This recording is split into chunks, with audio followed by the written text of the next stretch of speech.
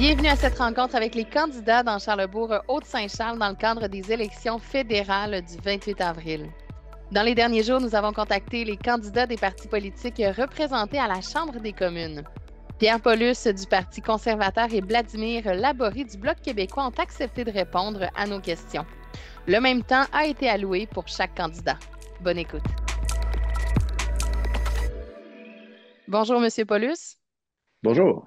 Vous êtes député de la circonscription de Charlesbourg-Haute-Saint-Charles pour le Parti conservateur depuis 2015. Pour ceux qui ne vous connaîtraient pas bien encore, pourriez-vous nous parler un peu de votre parcours en politique et ce qui vous pousse aujourd'hui à vous représenter comme candidat?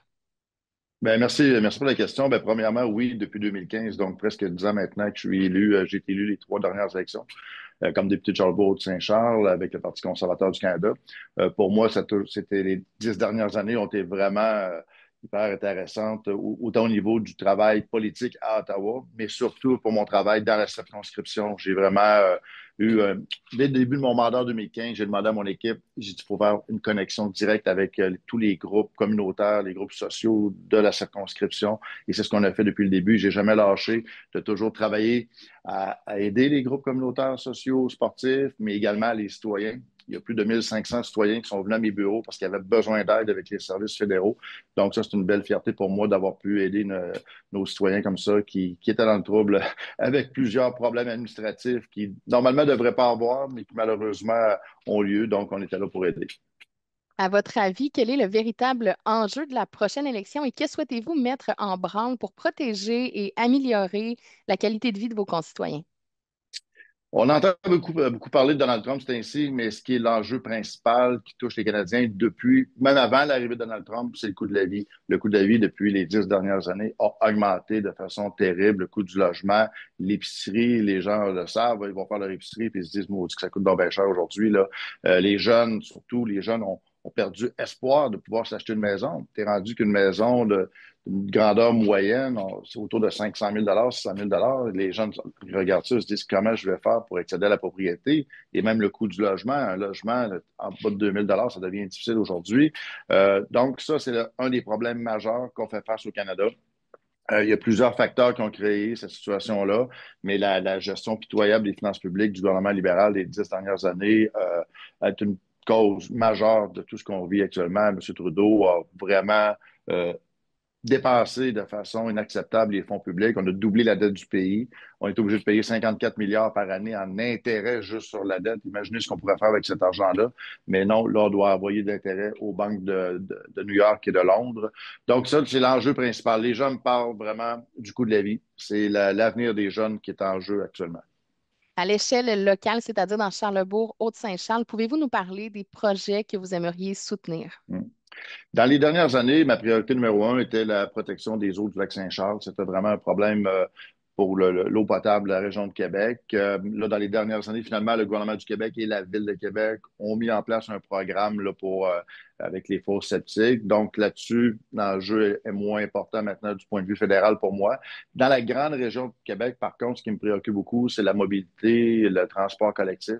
On parle beaucoup du tramway de Québec, mais pour nous qui sommes dans les banlieues, les hautes banlieues, on a le tramway ne sert à rien. Ce qu'on a besoin, c'est un meilleur transport collectif, plus de fréquences. Donc, pour nous, on mentionne clairement que pour le Parti conservateur, le tramway, on ne veut pas investir là-dedans, mais on est prêt à mettre de l'argent fédéral pour aider à améliorer le transport collectif de la région de Québec et évidemment un troisième lien pour aider à la mobilité du transport autoroutier et également le transport collectif qui sera sur ce troisième lien-là. Mais souvent, ce qu'on me dit, moi, au lac Saint-Charles ou en haut du Saint-Émile, les gens me disent, écoutez, il y a un autobus qui passe aux demi-heures, aux heures, c'est trop long, fait qu'on aime mieux prendre nos autos. Donc, c'est là-dessus que je pense qu'il faut travailler davantage.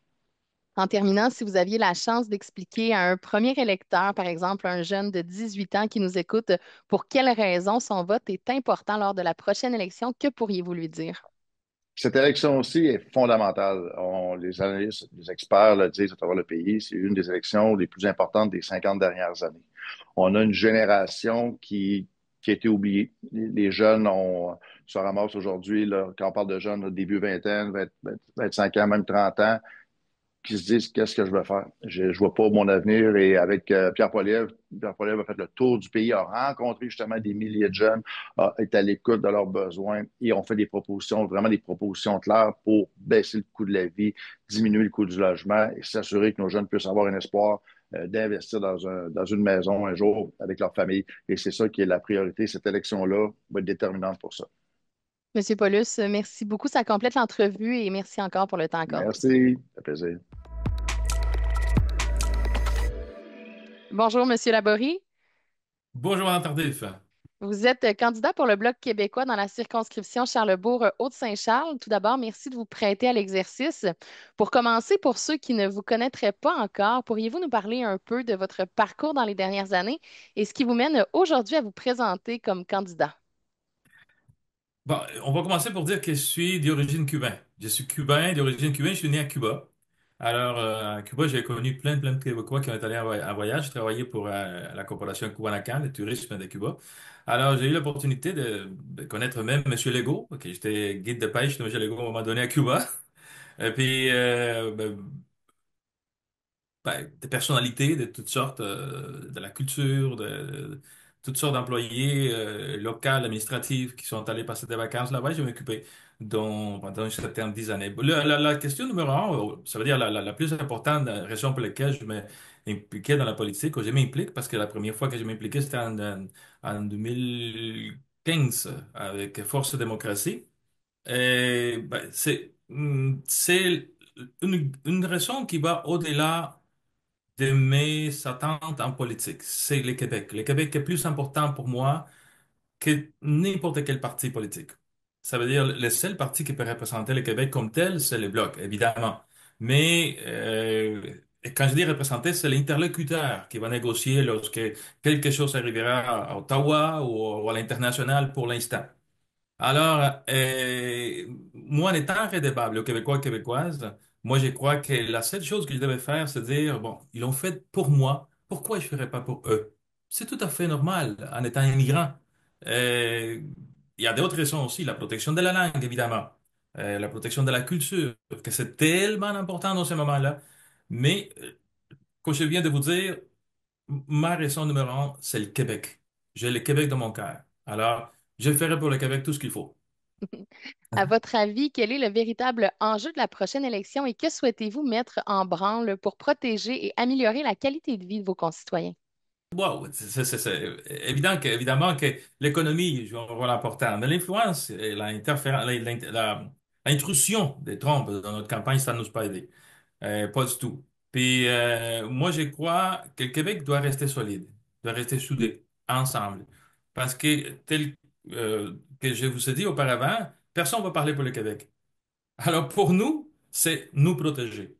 Nous protéger de n'importe qui peut affecter le Québec au niveau des ressources, au niveau de s'approprier de ses ressources, de nous détruire comme nation, comme société. Et ça, c'est pour nous. Pour l'international, c'est drastique, c'est ce qu'a fait Trump, on le sait. On veut tous se battre contre Trump. Mais personne ne dit, comment est-ce qu'il va faire le Québec? Mais le Bloc, il le dit. On va faire quelque chose à la québécoise. Et moi, je suis d'accord avec ça, parce que personne ne va parler pour nous, hein. Si on n'a pas les blogs pour parler pour nous, c'est évident que ça sera zéro de défense de nos droits, de nos nations comme telles, de nos ressources plutôt, hein, que c'est très important. À l'échelle locale, c'est-à-dire dans Charlebourg, Haute-Saint-Charles, pouvez-vous nous parler des projets que vous aimeriez soutenir? Moi, ça serait très important, pas seulement à l'hôtel, à l'hôtel local, excuse-moi, sinon national. Quand je parle de national, c'est la capitale nationale. C'est au niveau de l'environnement. Moi, je crois qu'il faut protéger l'environnement et consulter avec la population tout ce qu'on doit faire à propos, ou que le fédéral doit faire à propos du sport du Québec et la qualité de l'air. En commençant pour ça. Il y en a bien d'autres projets, la protection des droits des femmes, que c'est tellement important aujourd'hui. Et c'est quelque chose que presque personne touche. On est dans une société développée. On est dans un état de droit. Puis où sont les droits des femmes, particulièrement pour l'avortement? En terminant, si vous aviez la chance d'expliquer à un premier électeur, par exemple, un jeune de 18 ans qui nous écoute, pour quelle raison son vote est important lors de la prochaine élection, qu'est-ce que vous lui diriez? Son vote va déterminer l'avenir de notre nation. Si on vote pas, si on s'implique pas, on laisse faire le plus grand parti s'approprier du Québec, s'approprier de la destinée du Québec. Je pense que voter, c'est le premier pas en disant on est là. Vous devez compter sur nous, sur notre appui, sur notre façon de penser, notre culture, notre identité, si vous voulez continuer. Monsieur Laborie, merci beaucoup. Ça complète l'entrevue et merci encore pour le temps accordé. Merci à vous, Madame Tardif, puis on est là. Appelez-moi quand vous voulez, hein? Ouais, si j'ai le temps, d'ailleurs, mais on est là. C'est un Merci. gros merci à vous, hein? Belle journée. C'est ce qui complète notre tour des candidats pour la circonscription Charlebourg-Haute-Saint-Charles. Sachez que vous pouvez revoir les entrevues sur notre site Web et sur notre page Facebook. Pour votre information, le vote par anticipation est possible entre le 18 et le 21 avril de 9 heures à 21 heures. Et si vous votez le jour même, ce sera le lundi 28 avril que vous devrez vous rendre aux urnes. On vous invite à consulter le www.élections au pluriel.ca pour tous les détails. Merci de votre écoute. Bon vote.